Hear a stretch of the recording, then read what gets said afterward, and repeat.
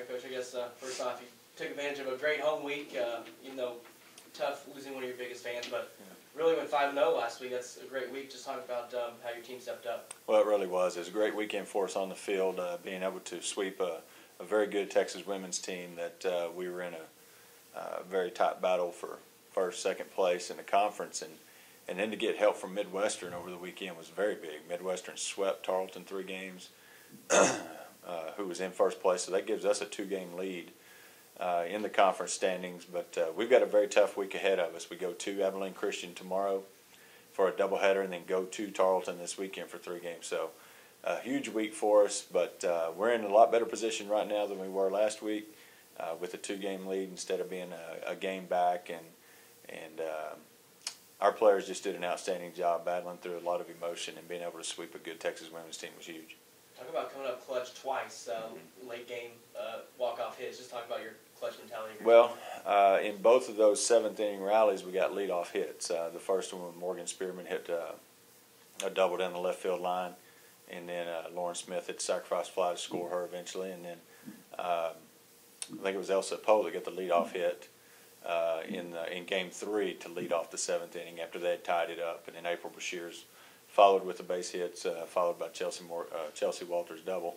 So, you know, it's just one of those things where our pitchers did a great job of keeping us in it. We played solid defense all weekend and allowed ourselves to be in position to win games late, and our kids did a good job of staying focused and not panicking, not stressing, and just making the adjustments that they needed to.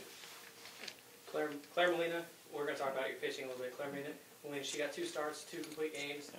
Mary Kate McKay, 3 starts, 3 complete games. Talk about just handing the ball over to them and just letting them do their thing. Well, they've been very good here the last 3 or 4 weeks really, and they just seem to be getting better and better. Claire most especially is throwing the ball really well now that the temperature's heated up a little bit.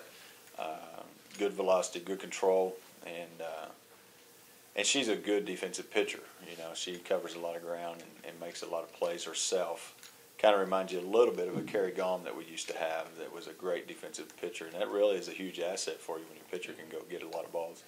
But she's throwing the ball well. Mary Kate McKay just continues to get stronger and stronger and hit her spots and get ground balls, and really we've got a good defensive infield, and she keeps the ball down, and we're going to have that again this week. You know, Abilene Christian's a team that's going to put the ball on the ground. They're not looking to hit the ball out of the ballpark like some teams. They're just going to play fundamental, solid softball, and we're going to have to make sure that we're on top of our game.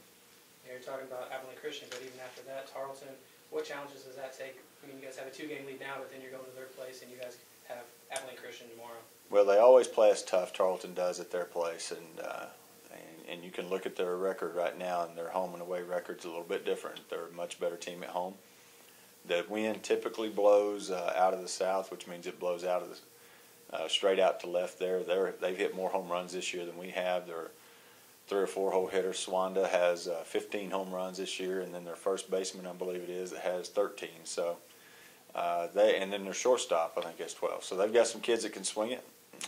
Again, we're going to need to keep the ball down and keep the ball in the ballpark, and then hopefully get some big hits ourselves. But we're looking forward to the challenge this week brings.